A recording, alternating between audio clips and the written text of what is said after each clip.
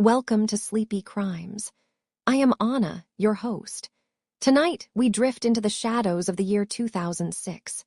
We explore the meeting between Pavel Skachevsky and Artur Rhino, two students whose encounter on a hot August evening would ignite a wave of violence across the capital. Close your eyes and imagine the city of Moscow in the heart of summer. The air is thick and heavy, carrying the scent of dry asphalt and the faint, metallic tang of the metro stations. The sun hangs low in the sky, casting long, bruised shadows across the concrete sprawl of the suburbs. It is a time of transition, where the golden light of the day fades into a restless, humid night. In this heat, the city feels like it is holding its breath, waiting for something to break the tension. We are going back to a moment before the headlines, before the fear took root, to the very first time two paths crossed and a dark ideology found its hands. Let us first look at Pavel Skachevsky. In 2006, he was a young man who seemed to embody the promise of a bright future. He was known as a high-achieving pupil, a student who had received prizes for his academic efforts. Imagine him walking through the halls of his school, perhaps carrying a stack of books, his mind sharp and focused. To his teachers and peers, he was a success story in the making, a boy with a disciplined intellect and a clear path ahead. But beneath this polished exterior, a different kind of discipline was taking shape. Pavel was becoming deeply involved in the world of ultra-nationalist movements, finding a sense of belonging in the rigid, cold structures of the Slavic Union. He wasn't just a student of books. He was becoming a student of hatred, quiet and observant, waiting for a catalyst to turn his internal theories into external reality. The high achiever was looking for a partner, someone who shared his vision of a city cleansed of those he deemed outsiders. Then there was Artur Rhino. He had recently arrived in Moscow from the city of Yekaterinburg, bringing with him a very specific and contrasting talent. Artur was a student of art, but not the modern or abstract kind. He was training in the sacred craft of painting Orthodox icons. Picture him in a quiet studio, the air smelling of linseed oil, egg tempera, and ancient wood. He would spend hours meticulously applying gold leaf and fine brushstrokes to create images of saints and divine figures. It is a strange, jarring image to hold in your mind. A young man whose hands were trained to create objects of worship and peace, while his heart was hardening with a different kind of devotion. In his school years, he had already begun to nurture a deep-seated resentment toward those he perceived as different, a hatred that grew in the quiet spaces between his prayers and his paintings. When he moved to the capital, he brought that internal darkness with him, looking for a way to express the violence that the icons could not contain. The meeting between these two teenagers happened through their shared membership in the Slavic Union, an organization that fueled their growing radicalization. When Pavel, the academic achiever, met Artur, the icon painter, something clicked into place. They were both 17 years old, standing on the precipice of adulthood, yet they chose to step into a void of extremism. They bonded over their shared beliefs in ethnic supremacy, creating a private language of exclusion and rage. Think of them sitting together in a crowded park or a dimly lit room, their voices low, blending in with the hundreds of other students in the city. To a passerby, they were just two friends talking, perhaps discussing their studies or their plans for the weekend. But the air around them was beginning to change. They were no longer just individuals with dark thoughts. They were becoming a unit, a small, focused cell of hatred that was ready to test its strength against the world. The connection was immediate, a synergy of Pavel's cold intellectualism and Artur's impulsive, artistic intensity. The first shadow fell on the evening of August 21st, 2006.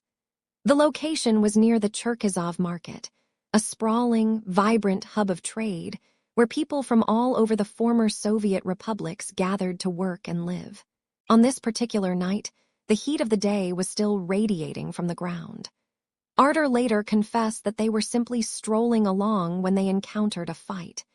It was in this moment, amidst the noise of the city and the flickering streetlights, that the transition from ideology to action occurred. Arter claimed he saw several of their associates fighting with a man of non-Slavic appearance. Without hesitation, he reached for a knife. This was the moment the brush was traded for a blade. The first act of violence was sudden and sharp, a brutal interruption of the evening's quiet.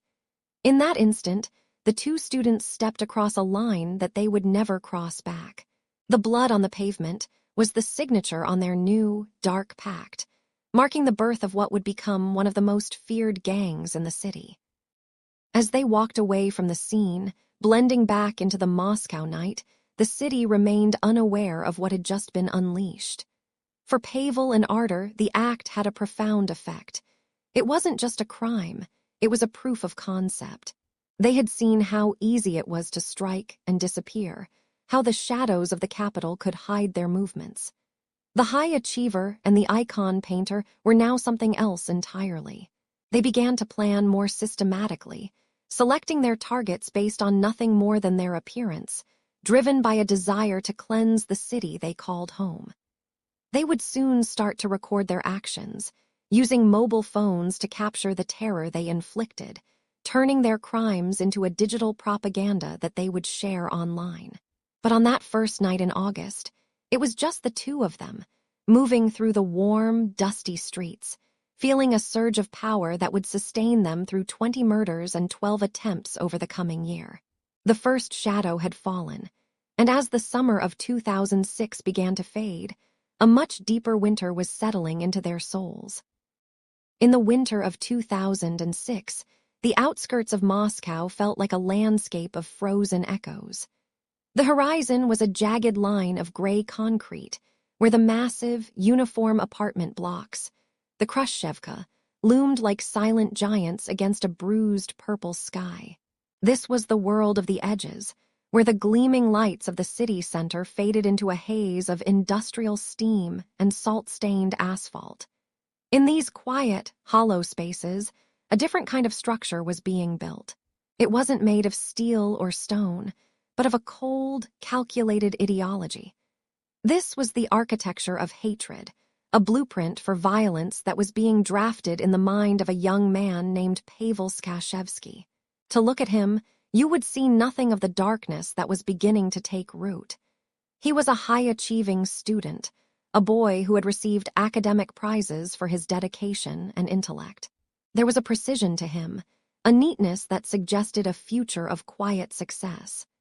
But beneath that polished surface, the gears of a radical transformation were already turning, fueled by a narrative that would soon tear through the streets of the capital. Pavel did not find this darkness alone.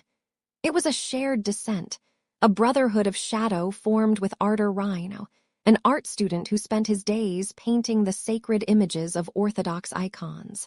The contrast was startling, one a master of academic logic, the other a creator of religious beauty, yet they were bonded by a singular, poisonous obsession. They began to frequent the gatherings of the Slavic Union, an ultranationalist organization that provided the vocabulary for their growing resentment. In damp basements and poorly lit rooms, they were introduced to a library of extremism. They read pamphlets with rough, fibrous paper that smelled of cheap ink and old dust. These texts spoke of a Russia under siege, of a mythical purity that had been lost to the influx of outsiders from the Caucasus and Central Asia. For Pavel, the honor student, these ideas weren't just slogans. They were components of a logical system. He began to view the sprawling, diverse population of Moscow through a lens of clinical exclusion, seeing his fellow human beings not as people, but as obstacles to be cleared from the path of a grander, whiter future. The transformation was slow, then sudden. Pavel helped reshape a loose collection of disenfranchised teenagers into a coordinated cell, a pack that would eventually be known as the White Wolves. He brought a sense of order to the chaos of adolescent rage. They would meet in the transitional spaces of the city, underpasses where the air was thick with the smell of damp earth and exhaust, or the stairwells of abandoned construction sites where the wind whistled through empty window frames. Imagine the sound of their heavy boots echoing against the cold floor, the rustle of synthetic parkas as they huddled together. Pavel spoke with a quiet authority, his voice steady and devoid of the frantic energy of his peers. He wasn't just a participant, he was the architect. He understood that to sustain a movement, one needed more than just anger, one needed a myth. He helped weave a narrative of heroic defense, convincing these boys, some as young as 15, that they were the vanguard of a new era. They were no longer just bored teenagers from the suburbs. They were warriors in a silent war, chosen to cleanse the streets of what they called foreign influence. The literature they consumed acted as a bridge between thought and action. They studied the tactics of those who had come before them, dissecting stories of street battles and underground resistance as if they were textbooks for a graduation exam.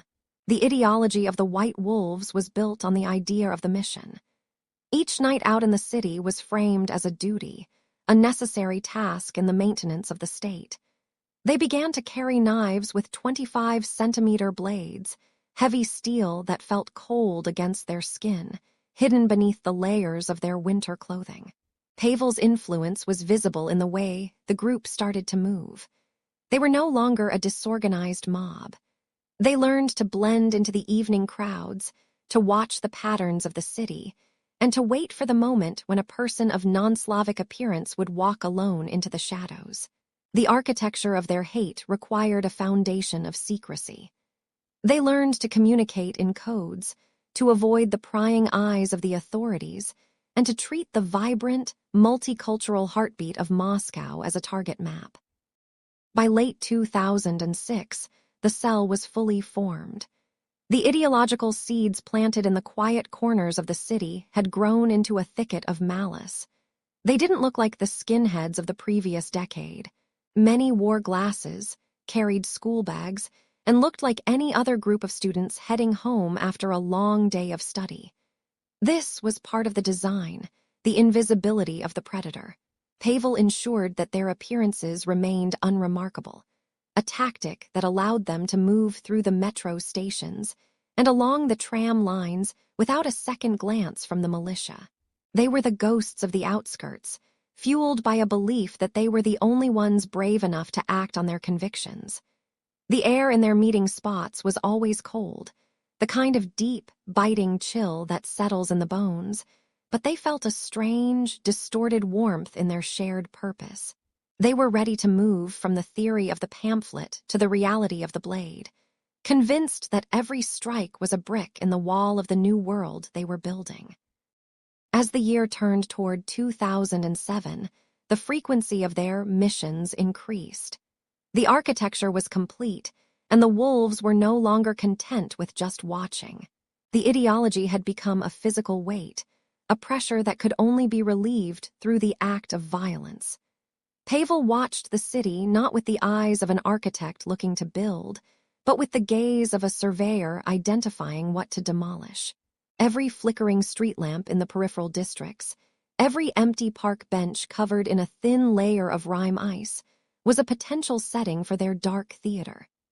They began to film their attacks, capturing the brutality on small digital cameras to be shared as propaganda online, a digital echo of their physical crimes. The quiet, high-achieving student had successfully engineered a machine of terror, one that operated with a rhythmic, chilling efficiency in the dead of the Moscow night. The city slept, unaware that the blueprints of hatred had been finalized, and the construction of a nightmare had truly begun. The foundation was laid in the outskirts, and the shadows were beginning to stretch toward the heart of the capital, one silent step at a time. The Moscow metro is more than just a transit system. It is a subterranean city of marble, bronze, and shadow. In the late months of 2006, as the Russian winter began to tighten its grip, the metro became a hunting ground. The air down there is thick with the scent of old grease, damp wool, and the metallic tang of electricity. For the millions of commuters, it is a place of transit, a necessary blur between work and home. But for Pavel Skachevsky and Artur Rhino, the stations were stages for a horrific routine. They would descend into the earth, blending into the sea of heavy overcoats and fur hats. At 17 years old, they looked like any other students, perhaps a bit more intense, perhaps a bit more observant. They were not looking for a train to take them home. They were looking for a person who did not fit their narrow, dark vision of the city. Their routine was chillingly simple. They would often meet in the late afternoon, just as the sun began to dip below the skyline of concrete apartment blocks. They favored the stations that served as hubs, where the crowds were thick enough to provide cover but thin enough to allow for a quick escape. Often, they would wait near the exits, where the warmth of the underground met the biting frost of the Moscow streets. This liminal space was where they felt most powerful. Pavel, an academic achiever who had once won prizes for his studies, brought a cold, calculated logic to their movements. Artur, the art student who spent his days painting religious icons, brought a fanatical intensity. Together, they would watch the faces emerging from the automatic doors. They were looking for specific features. Anyone whose appearance marked them as an outsider in the eyes of the group they called the White Wolves. As October of 2006 turned into November, the frequency of their missions increased. The city was settling into a winter rhythm, and the darkness came earlier each day. This darkness was their ally. They carried knives with blades measuring 25 centimeters, hidden beneath their jackets. These were not tools. They were weapons chosen for their efficiency and their silence. In the crowded hallways of the metro, a quick movement could go unnoticed by the hundreds of people rushing past. They would follow a target from a platform, up the escalators, and out into the dimly lit areas surrounding the station exits. The sound of their footsteps was lost in the general cacophony of the city, the screech of tires on icy roads, the distant hum of machinery, and the rhythmic clatter of the trains below. They moved like ghosts in the machinery of the capital. The attacks were sudden and brutal.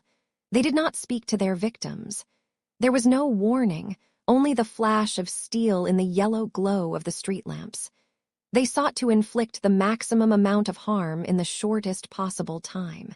Sometimes they were joined by other members of their group, a shifting circle of teenagers who shared their ideology of ethnic supremacy. One of their associates, a young woman, would sometimes record the violence on a mobile phone, capturing the terror and the blood for an audience they hoped to find online. This added a performative layer to their crimes. They were not just killing. They were creating propaganda, trying to spark a fire of hatred that would consume the city they claimed to love. The anonymity of the metro stations provided the perfect laboratory for this experiment in terror, where everyone is a stranger and danger hides in plain sight. By December of 2006, the air was perpetually frozen, and the metro stations felt like bunkers. The white tiles of the station walls reflected the flickering fluorescent lights, creating a cold, sterile atmosphere. Pavel and Artur would stand on the platforms, feeling the rush of wind that precedes an arriving train, a heavy, warm push of air that smells of ozone. They watched the doors slide open and shut, observing the flow of humanity with the eyes of predators. They grew bolder with every mission that went undetected. The police, often quick to dismiss such violence as mere hooliganism or random street brawls, failed to see the pattern emerging from the underground. This negligence allowed the two 17-year-olds to refine their routine, turning the transport system into a series of interconnected traps. As the year closed, the city remained unaware that the wolves were now hunting in its very heart. As the calendar turned toward the final days of 2006, the city of Moscow became a labyrinth of frozen shadows and sharp, biting winds. The temperature plummeted, turning the moisture in the air into a shimmering frost that clung to the iron railings of the metro stations. For many, this was a season of warmth and preparation.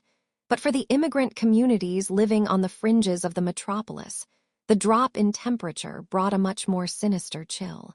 The sun set early, casting long, bruised purples across the snow-covered courtyards by 4 in the afternoon. In these lengthening hours of darkness, the streets began to belong to a different kind of predator. Pavel and Arthur were no longer just observers. They were active participants in a cycle of violence that was accelerating with every passing week of that long winter. The frequency of the attacks increased as December progressed. What had once been sporadic outbursts of violence now felt like a systematic campaign. The targets were almost always the same: men and women with features that did not fit the attackers' narrow definition of Slavic identity. These were people coming home from long shifts at grocery stores, janitors finishing their rounds in the early morning hours, or students walking back to their dormitories. The weapons were simple but devastating. Knives with blades measuring 25 centimeters were hidden beneath heavy winter jackets, ready to be drawn in a matter of seconds. There was no conversation, no demand for money, and no warning. There was only the sudden, sharp reality of the assault. The snow in the quiet residential districts began to bear the dark, telltale stains of these terrifying encounters. Within the immigrant dormitories and the cramped apartments shared by migrant workers, a heavy, suffocating fear began to take root. Word spread through a whisper network that it was no longer safe to walk alone, especially near the metro exits or through the unlit parks that served as shortcuts. People who had come to the city seeking a better life or a way to support their families back home now found themselves living under a self-imposed curfew. They would travel in large groups, eyes darting toward every shadow, hearts racing at the sound of heavy boots crunching on the ice behind them. This was the winter of discontent, a time when the very air seemed thick with an unspoken threat. The sense of isolation grew as they realized that their presence in the city was being violently contested. Despite the growing number of victims, the official response remained frustratingly slow. In the police precincts, many of these incidents were logged as simple acts of hooliganism, a catch-all term that often downplayed the racial motivations behind the crimes. Because many of the victims were undocumented or lived in a state of constant legal precarity, they were often hesitant to report the attacks to the authorities, fearing deportation more than the violence itself. This silence created a vacuum where Pavel and Arthur could operate with a sense of impunity. The investigative files were scattered across different districts, and no one had yet connected the dots to see the emerging pattern of a serial killing spree. To the investigators, these were just disconnected tragedies in a city that was already known for its harshness during the winter months. As January 2007 arrived, the festive lights of the New Year celebrations did little to brighten the mood for those in the line of fire. The holidays actually provided a convenient cover for the gang. With the city distracted by celebrations and the police presence focused on large public gatherings, the quieter residential areas became even more vulnerable. Pavel and Arthur moved through these spaces with a chilling sense of purpose, often traveling by tram or metro to find new hunting grounds. They were young, appearing to most passers-by as nothing more than students or typical teenagers out for a night in the cold. This invisibility was their greatest weapon. They would blend into the crowds of holiday shoppers and commuters, their faces illuminated by the orange glow of the street lamps, while carrying the instruments of their work. The psychology of the group was hardening. They were no longer just looking for a fight, they were looking for a way to cleanse the city. The ideology they shared was reinforced by the ease with which they committed their crimes. Every successful attack emboldened them, making them more reckless and more frequent. By the middle of January 2007, the number of victims had reached a level that should have sounded alarms. Yet the cold continued to muffle the cries for justice. The victims remained names on a page or ghosts in the memories of their families, while the perpetrators prepared for their next move.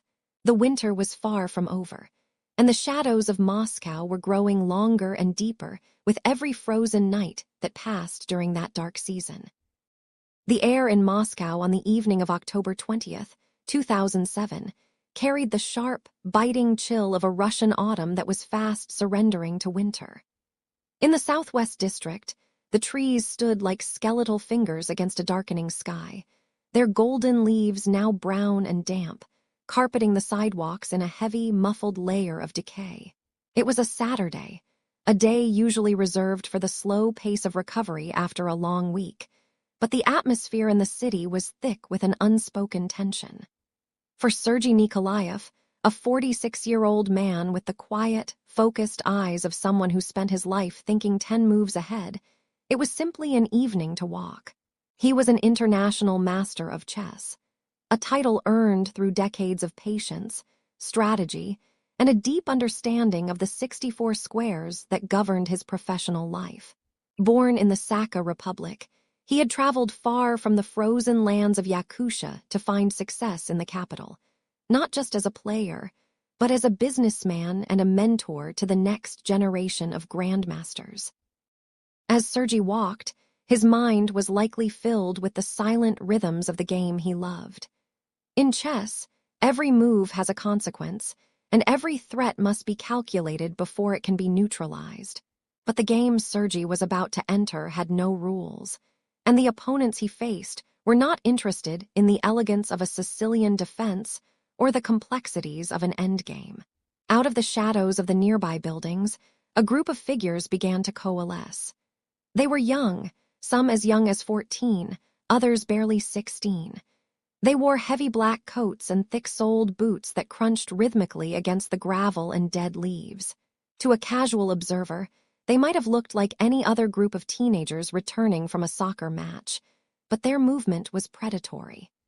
They were a fragment of the ideology that Pavel Skachevsky and Artur Rhino had set in motion, a living, breathing legacy of the cleansing they had preached from their high school classrooms and practiced in the dimly lit parks of the city. Although Skachevsky and Rhino were already behind bars by this time, having been detained earlier that year, the machine they had built did not stop. It was a terrifying realization for the authorities. The Hydra had grown more heads than they could count. The boys who surrounded Sergei Nikolaev that evening were fueled by a toxic mixture of adrenaline and the specific brand of hatred that Skachevsky had cultivated. They didn't see an international master, a father, or a citizen. They saw a target.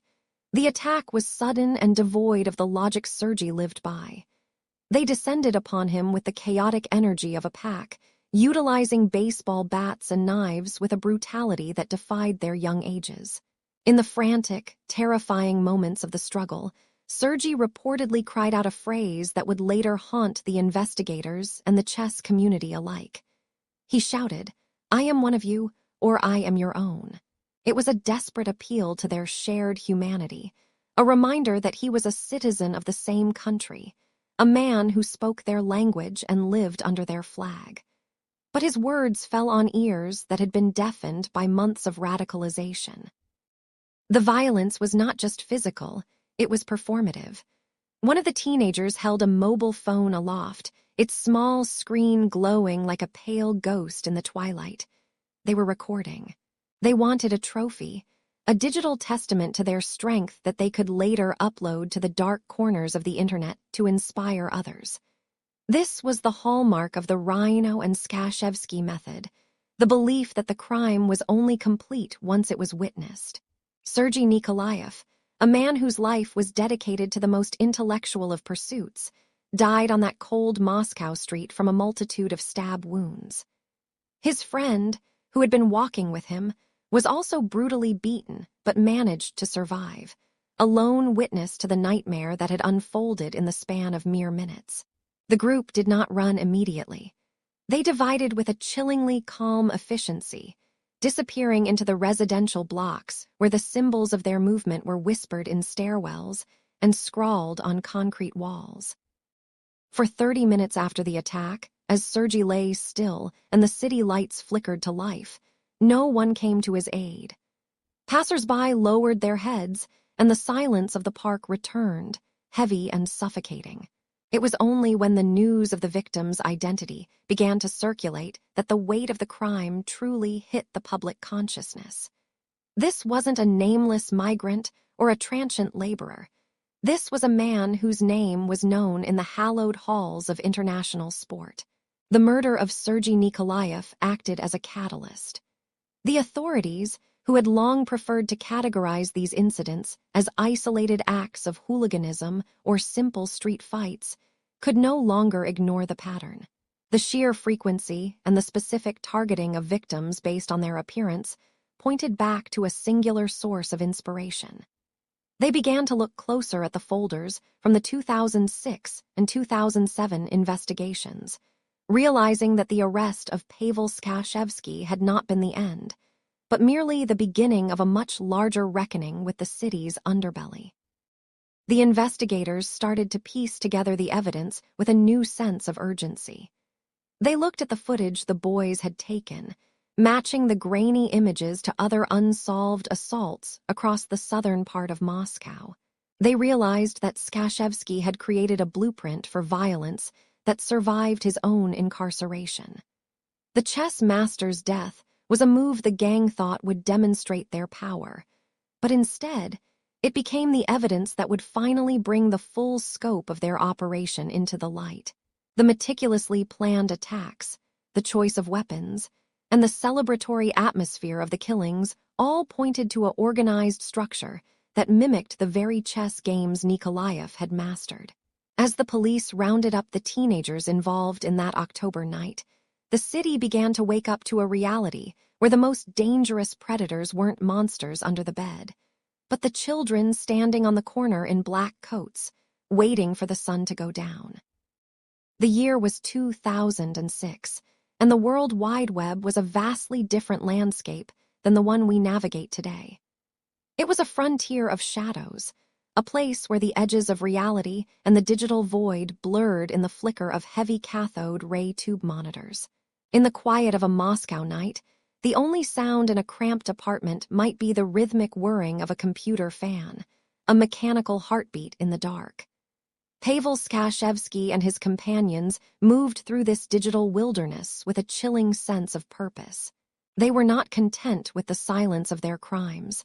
They craved a legacy, a way to broadcast their hatred into the ether. They began to bridge the gap between the physical violence of the snowy streets and the cold, unfeeling pixels of the early internet. This was the birth of a digital footprint that would eventually lead the shadows back to their door. The process was painstakingly slow by modern standards. Imagine the scene: a handheld camera, heavy and plastic, connected to a bulky desktop computer by a tangled web of silver cables. The footage they recorded was grainy and unstable, washed out by the harsh glare of streetlights or the sudden, violent burst of a camera flash. As the data transferred, a small progress bar would crawl across the screen, a line of blue boxes filling one by one. For Pavel, this was a moment of transformation. The raw, brutal reality of their actions was being converted into ones and zeros, into packets of data that could be scattered across the globe. They would sit in the dim light, their faces illuminated by the pale blue glow of the monitor, watching as their darkest moments were uploaded into the digital abyss. It was a ritual of vanity, a way to ensure that their names and their deeds would echo far beyond the narrow alleyways of the city. These videos found a home on early nationalist forums and underground message boards, places where the air felt thick with resentment and radical ideologies. In these corners of the web, the anonymity of a username provided a mask of perceived safety. They shared their files on platforms that are now ghosts of the past, using dial-up connections that hissed and groaned as they struggled to carry the weight of the imagery. To the members of these closed communities, the footage was a rallying cry, but to the rest of the world, it was a horrifying glimpse into a burgeoning darkness. Each post, each comment, and each shared link left a microscopic trace behind. A digital breadcrumb, The internet, while vast, was not as infinite as they believed. Every time a file was uploaded from a specific location, a silent record was created in the logs of a server, a ghostly signature of an internet protocol address that whispered the location of the sender. In the sterile offices of the specialized investigative units, the atmosphere was one of quiet, intense concentration. Officers sat in rows, their eyes strained from hours of staring at low-resolution video clips. They watched the same frames over and over, looking for a reflection in a window, a distinctive landmark in the background, or the sound of a distant siren that could be mapped to a specific neighborhood. The investigators were pioneers in a new kind of forensic science, one that required them to navigate the labyrinth of the early internet. They began to notice patterns in the timing of the uploads. A video would appear online only hours after a reported assault in a specific district. The digital trail was starting to align with the physical one. It was a slow, methodical process of connecting the virtual world to the concrete reality of the streets, and the investigators felt the weight of every second as the body count continued to rise through 2006 and into 2007. The digital footprint was not just about the videos themselves, but the culture that grew around them. Pavel and his group were part of a larger network that thrived on the validation of their peers. They would check the view counts, read the encrypted messages of support, and plan their next moves based on the digital feedback they received. This vanity was their greatest weakness. The more they engaged with the online world, the more exposed they became. Investigators began to infiltrate these forums, moving like shadows among the users, gathering data on usernames that seemed too familiar with the details of the crimes. They were looking for the one mistake, the one time a user forgot to mask their connection, or the one file that contained metadata that hadn't been scrubbed. The digital world was a mirror, and slowly, the reflections of the perpetrators were becoming clearer, revealing the faces of the teenagers who believed they were invisible. By the spring of 2007, the investigators had gathered enough digital evidence to form a perimeter around their suspects. The breadcrumbs had led them through a maze of servers and proxy connections, back to the heart of Moscow. The grainy footage that Pavel and Artur had so proudly uploaded was now the very rope that would bind them. They had sought to use the internet as a weapon of intimidation, a way to spread their message of hate, but they had fundamentally misunderstood the nature of the medium. The internet remembers everything. It holds on to the whispers and the shadows long after the screen has gone black. As the investigators prepared to transition from their monitors to the physical world, the digital footprint of the Pavel Skachevsky gang had become a roadmap to justice. The virtual masks were about to be stripped away, leaving only the cold reality of what they had done, recorded in their own hand for the entire world to witness. The breadcrumbs of digital data led the investigators away from the harsh, wind-swept streets and into the surprisingly hushed corridors of an icon painting school in Moscow. Inside these walls, the air was thick with a different kind of intensity. It smelled of turpentine, linseed oil, and the sweet, heavy scent of beeswax and incense. It was a place where time seemed to slow down, where students spent hundreds of hours hunched over wooden panels, applying delicate layers of egg tempera and thin sheets of gold leaf. The silence was punctuated only by the soft scratching of brushes and the occasional murmur of a tutor. To the detectives entering this sanctuary, the contrast was almost physical. Outside, the city was grappling with a series of brutal, jagged crimes that had left 20 people dead. Inside, they found a world dedicated to the preservation of the sacred and the beautiful. They began to look closer at the young men who moved through these halls with such apparent grace and discipline, searching for the crack in the porcelain that would reveal the darkness beneath. Among the students was Artur, an 18-year-old who had traveled from Yekaterinburg to perfect the ancient craft of religious icon painting. His instructors saw a quiet, perhaps slightly withdrawn young man who possessed a remarkable patience for the intricate details of hagiography. They watched him render the calm, compassionate faces of saints, his steady hand never wavering as he outlined halos in shimmering gold. But as the investigators shadowed his movements, they began to notice a chilling disconnect. The same hands that meticulously painted the images of divine mercy were, according to their growing evidence, the same hands that gripped 25-centimeter knives in the shadows of the metro stations. There were whispers among the other students, faint observations of a coldness that seemed to emanate from him when he wasn't focused on his canvas. He was a phantom in the studio, a boy who could blend into the holy scenery of the school while harboring a hatred that was anything but sacred. Beside Rhino stood Pavel Skachevsky, a student whose academic record was nothing short of exemplary. In the local college, Skachevsky was known as a high-achieving pupil, a star who had even earned a prestigious school prize for his dedication and intelligence. He was the kind of student teachers pointed to as a model of success, a young man with a bright, clear future ahead of him in the world of art and academia. He wore glasses and carried himself with a scholarly air that disarmed those around him.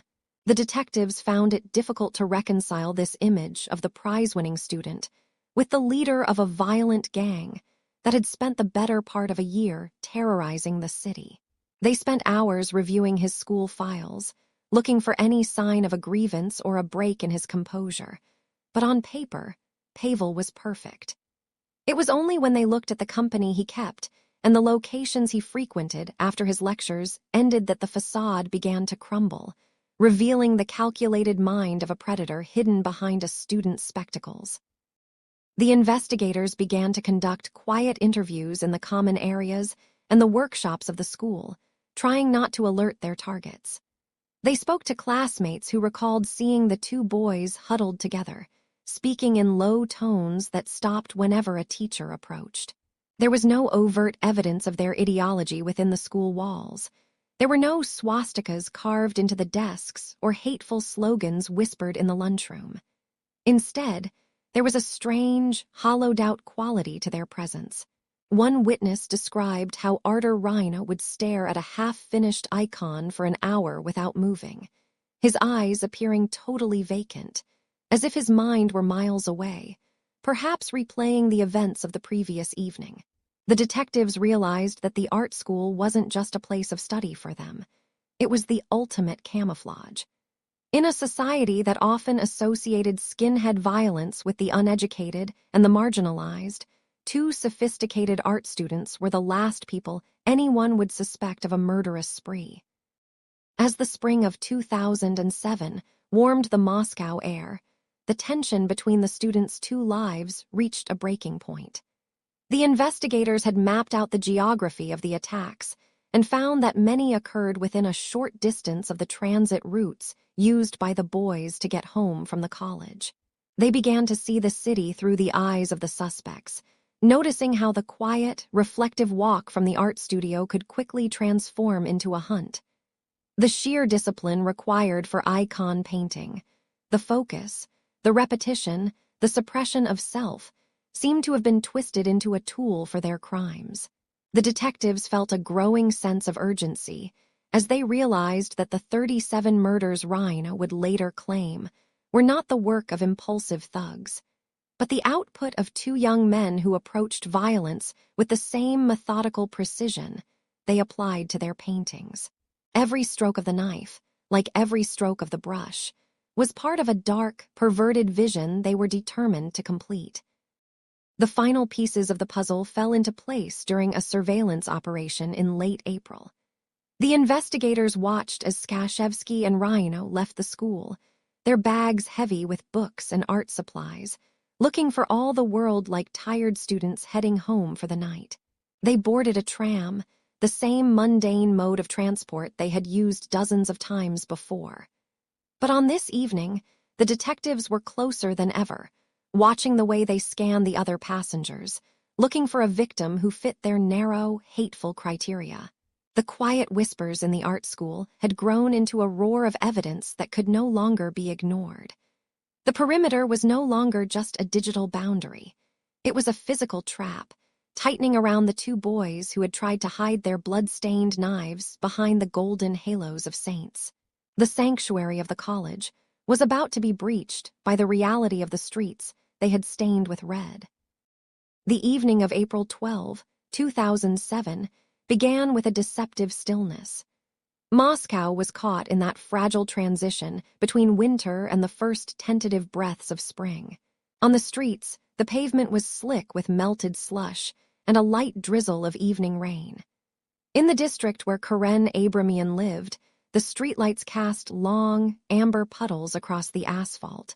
Karen, a 46-year-old businessman, was making his way home. He had no way of knowing that the shadows near the entrance of his apartment building were not cast by the architecture, but by two young men who had turned the city into their hunting ground. Pavel Skachevsky and Artur Rhino were waiting in the darkness, their breaths visible in the chilly air. The attack was a sudden, violent rupture in the night. As Karen reached the heavy door of his apartment block, the two teenagers lunged. There was no demand for money, only the flash of steel and the rhythmic thud of a struggle. They were armed with knives, one of which was a formidable blade measuring 25 centimeters. The brutality was staggering. Karen fought back with desperation, but the ferocity of the two 18-year-olds was overwhelming. In the span of just a few minutes, he was struck over 20 times. The silence was broken by the scuffle of boots on concrete and sharp, shallow breaths. Above the door, a small surveillance camera recorded every second, its lens capturing the silhouettes of the attackers as they committed the error that would end their reign. Afterward, a surge of adrenaline replaced the calculated coldness of their previous crimes. Usually, they were ghosts, slipping away into the alleys. But tonight, something was different. Perhaps it was the intensity of the struggle or the realization they had been seen. They turned and fled, their boots splashing through icy puddles toward the main road. They did not have a car. They had no escape plan. Instead, they made the decision that would prove fatal. They spotted a tram slowing at a nearby stop, its bell clanging into the air. Panting, their lungs burning, Skachevsky and Rhino scrambled onto the vehicle just as the doors hissed shut. They thought they were escaping, but they were stepping into a brightly lit, moving cage. The interior of the tram was a stark contrast to the darkness. The fluorescent lights hummed overhead, casting a clinical glow over the scattered passengers and the worn floor. As the tram began to pull away, the two teenagers tried to blend in, to look like any other students heading home late. But the evidence was impossible to hide. Their jackets were stained with dark, wet patches that looked almost black under the artificial lights. Their hands were trembling, and the smell of copper and damp wool seemed to radiate from them in the enclosed space. A few passengers looked up, their eyes lingering on the disheveled pair. The tension was thick, a silent alarm ringing in the minds of those sharing the carriage. They were no longer invisible. They were the focal point of a captive audience. Unknown to them, the alarm had already been raised. Witnesses had acted quickly, and the Moscow police were already flooding the area with patrol cars. The description of the two youths running toward the tram line was broadcast across the radio waves, cutting through the static of the night. The tram driver, perhaps alerted by the authorities, maintained a steady pace toward the next stop. Every meter the tram traveled brought them closer to a blockade they did not see coming. Inside, Skachevsky and Rhino sat in a heavy silence, believing they had evaded justice once again. They did not speak, their eyes fixed on the floor, unaware that the net was tightening around them with every revolution of the wheels.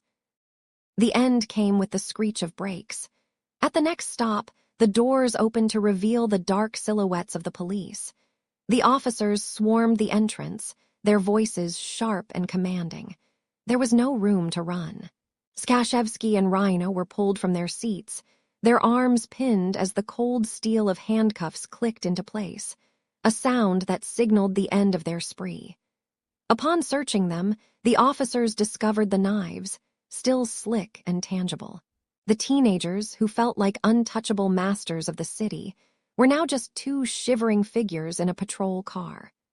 As the sirens began to wail, echoing off the stone facades, the weight of their fatal mistake finally settled in.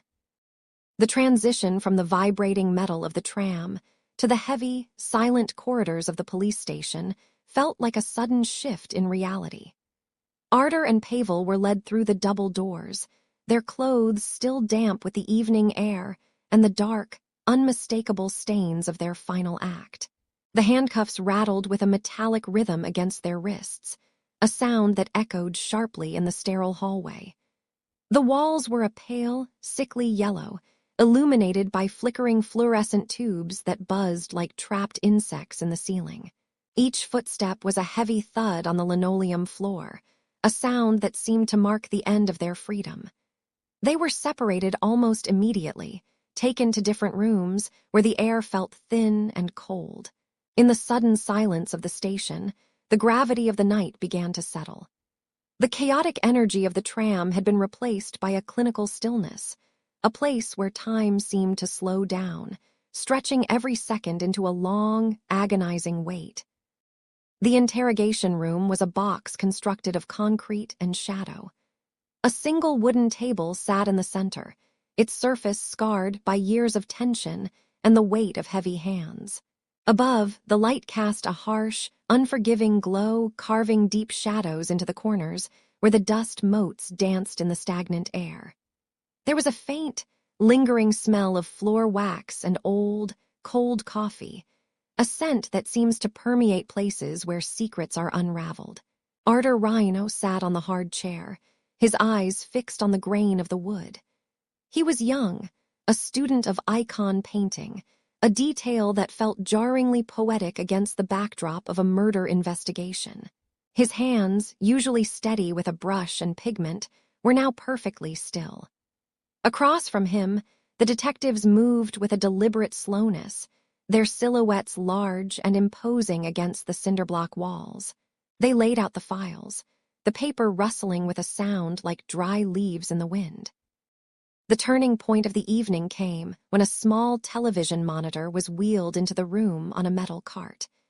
Its screen hummed with static for a moment before flickering into a grainy, black-and-white reality. The detectives played the footage from the entrance of the apartment building recorded on April 16, 2007. On the screen, the figures were ghostly and blurred, but the violence was unmistakable and visceral.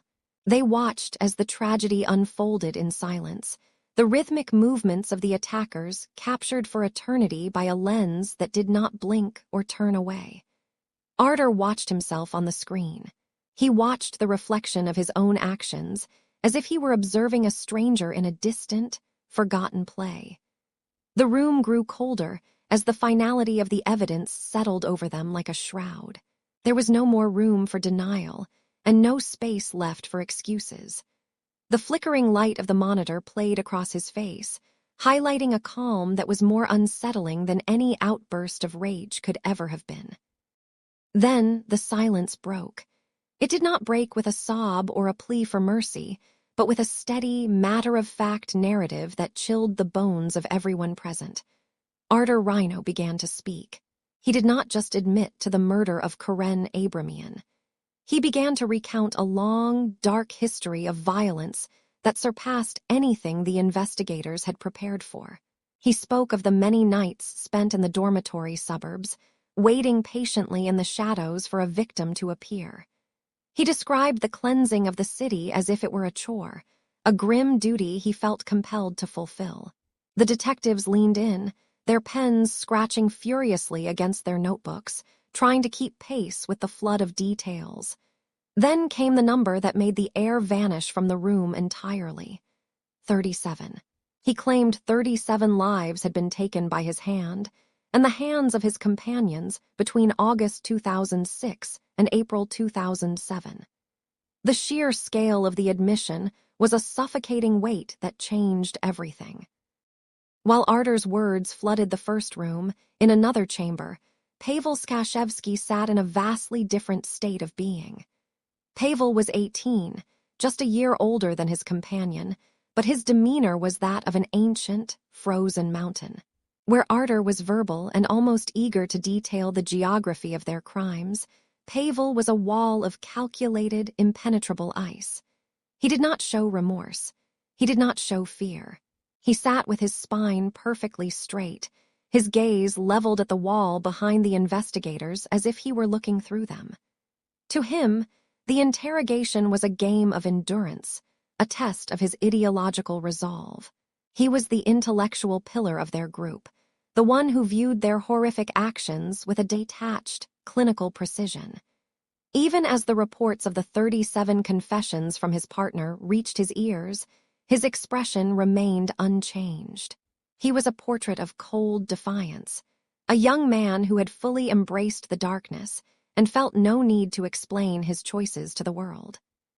As the clock on the wall ticked toward the early hours of the morning, the magnitude of what had been uncovered in those small rooms began to sink into the marrow of the investigators. This was not a simple case of a single street brawl or a random act of youth gone wrong.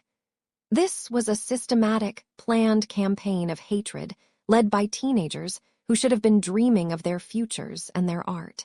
Instead, they had spent their nights in the biting cold, weaving a tapestry of violence across the map of Moscow. The detectives felt a weariness that went deeper than bone, a spiritual exhaustion. Outside, the city was beginning to stir, the first hints of dawn appearing on the horizon, oblivious to the horrors being detailed in the brightly lit rooms of the station. The confessions of 37 murders would later be verified, retracted, and debated in the halls of justice. But in that quiet moment, the truth felt absolute. The two students, the painter and the intellectual, had left an indelible scar on the city, and the echoes of their words would resonate for years to come. As the weight of the investigation settled into the heavy, winter air of Moscow, the scene shifted from the cramped, shadow-filled interrogation rooms to the stark, sterile halls of the Moscow City Court. It was December of 2008, and the city was held in the tight grip of a frost that seemed to turn the very breath of the people into clouds of silver dust. Inside the courtroom, the atmosphere was thick with a different kind of cold. The walls were lined with dark wood that absorbed the dim, artificial light, and the low hum of the ventilation system was the only sound that dared to fill the long silences between the rustling of legal documents. Here, the magnitude of the horror that had begun in those small rooms was finally given a name and a number. The proceedings were conducted behind closed doors, away from the prying eyes of the public, which only added to the heavy, claustrophobic mystery of the trial. The air smelled of floor wax and old parchment, a scent that felt strangely clinical given the visceral nature of the evidence being presented. Behind a thick wall of reinforced glass, which the locals often called the aquarium, sat the defendants. Among them were Pavel Skachevsky and Arter Rhino. In the pale glow of the overhead lights, they looked remarkably ordinary, almost fragile. Pavel, who had once been a high-achieving student and a recipient of academic prizes, sat with a composure that was deeply unsettling. There were no traces of the traditional skinhead aesthetic here. No shaved heads or heavy boots were visible. Instead, some of the boys wore glasses and sweaters, looking more like students preparing for a university lecture than leaders of a violent gang. They occasionally leaned toward one another, whispering and even smiling as if they were sharing a private joke in a library. This casual demeanor, this complete lack of remorse, created a haunting dissonance for everyone in the room. To look at them was to see the face of youth, but to hear the charges was to stare into a void of incomprehensible cruelty. The prosecution began to lay out the timeline of a year-long spree of hatred that stretched from August of 2006 to October of 2007. Name after name was read into the record. There was Karen Abramian, a 46-year-old businessman who had been attacked at the very entrance of his apartment building. There were laborers from Tajikistan, migrants from China, and even a Russian grandmaster of chess who had the misfortune of crossing their path. The court heard how the gang had randomly selected their victims based on nothing more than the color of their skin or the shape of their eyes. The weapons used were often knives 25 centimeters long, and the attacks were described as being carried out with a frenzied, rhythmic precision. The evidence was not just verbal. It included the horrific videos the gang had recorded themselves, digital ghosts of their crimes that they had once shared on the internet to ferment further hatred. Each video, each photograph of a blood-stained garment, was a heavy stone added to the scale of justice. As the trial progressed, the court found itself entangled in a complex legal web. While the evidence supported a conviction for 20 murders and 12 attempted murders, the age of the defendants at the time of the crimes became the central pivot of the sentencing. Pavel Skachevsky and Artur Rhino had been only 17 years old when their spree began. Under the strict penal code of the Russian Federation, the laws governing juveniles are designed with a heavy emphasis on the potential for reform. This meant that no matter how numerous or how heinous the crimes, a minor could not be sentenced to life imprisonment. The ceiling of punishment was firmly fixed at a specific height. Judge Pyotr Tunder sat beneath the state emblem, his face a mask of judicial neutrality as he navigated these constraints. The families of the victims sat in the rows behind the glass, their faces etched with a grief that no legal statute could ever fully address. They waited for a sentence that they already knew would feel like an echo of the justice they truly sought. On the 15th of December, 2008, the final verdict was delivered. The judge's voice was steady as he announced that 7 members of the gang were guilty. For the 4 adults in the group, the sentences were varied. One received 20 years, while others were given 12 or 9. But for the ringleaders, the math was different. Because they were 17 when they took those 19 lives, Pavel Skachevsky and Artur Rhino were both sentenced to 10 years in a general security correctional colony. 10 years. To the families of the deceased, the number felt derisory. One expert later calculated that it amounted to less than 6 months of prison time for every life taken. Inside the glass box, the defendants did not flinch. Some reports suggest they were satisfied, their lawyers even calling the outcome a significant success, because the threat of life behind bars had been legally impossible from the start. The court also ordered them to pay compensatory damages, amounts like 1 million and 3 million rubles, to the families, but no amount of currency could fill the quiet, empty spaces in the homes of the victims.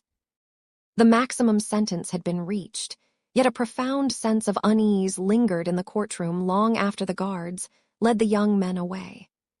A 10-year term meant that by the time they reached their late 20s, these men, who had boasted of their desire to cleanse the city through violence, would once again walk the streets they had once haunted. The case of Pavel Skachevsky became a symbol of the struggle between the letter of the law and the public's need for retribution. As the heavy doors of the court clicked shut, the snow continued to fall outside, burying the city in a deceptive blanket of white, hiding the scars left on the pavement. The trial was over. The maximum was given. But for those who remembered the victims, the clock was simply beginning to tick toward a future where the shadows might return. The silence of the courtroom was replaced by the silence of a city that had lost 20 of its own. A silence that felt heavier than any sentence a judge could ever read aloud. The trial concluded in the deep, biting chill of December 2008. The Moscow City Court stood as a fortress of stone and shadow, its hallways echoing with the heavy footsteps of guards and the soft, rhythmic ticking of clocks that seemed to count down the final moments of a dark era. The sentencing of Pavel Skachevsky and Artur Rhino was not merely the end of a legal process. It was the closing of a heavy iron door that had stood ajar for far too long. Between the months of August 2006 and October 2007, the city of Moscow had been haunted by a darkness that moved with the swift, silent precision of a blade.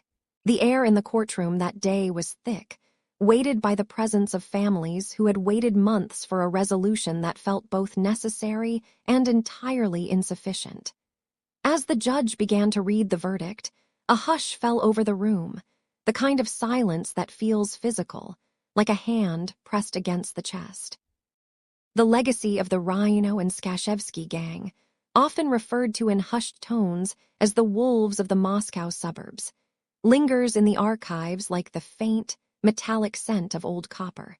They were young, barely 17 years old at the peak of their violence, a fact that sent a profound shiver through the public consciousness. It was a puzzle that investigators and psychologists struggled to solve for years. How could such a deep-seated, corrosive hatred take root in the hearts of those so young? Skachevsky had been a high-achieving student, a boy once praised for his academic discipline and focus. Rhino was an artist, a student of icon painting who spent his days capturing the divine on wood and canvas, only to spend his nights in the pursuit of something so diametrically opposed to the sacred. This duality, the hand that paints a saint and the hand that holds a knife, became one of the most chilling aspects of the case, a reminder of how easily the shadows can hide in plain sight among the mundane details of everyday life. As we reflect on this case, we must look beyond the cold statistics and the clinical language of police reports to remember the people whose lives were the true cost of this tragedy. We remember Karen Abramian, a businessman whose future was stolen just steps from his own home. We remember Sergei Nikolaev, the brilliant grandmaster of chess, whose analytical mind was extinguished in a senseless moment of violence on a city street. There were 20 souls in total who were lost, and 12 others who survived, but carried the physical and emotional scars of those encounters into the rest of their lives. These were fathers, sons, and brothers who had come to the capital with dreams of building a better life, only to encounter a nightmare they could never have anticipated. Their absence created ripples that moved through their communities, a quiet grief that settled into the corners of apartments and the hearts of those they left behind, long after the news cameras had moved on to the next story. The legal aftermath of the case brought about a period of intense soul-searching within the Russian judicial system. At the time, the law provided a specific protection for those under the age of 18, regardless of the severity of their crimes. Because Skachevsky and Rhino were minors when their spree began, the court was bound by a legal ceiling of 10 years of imprisonment. To many, this felt like a hollow victory, a calculation of time that could never balance the scales against the loss of 20 lives. The debate over juvenile sentencing for hate-motivated crimes raged in legal journals and public forums, forcing a hard look at how a society protects itself while still upholding the principles of its youth statutes.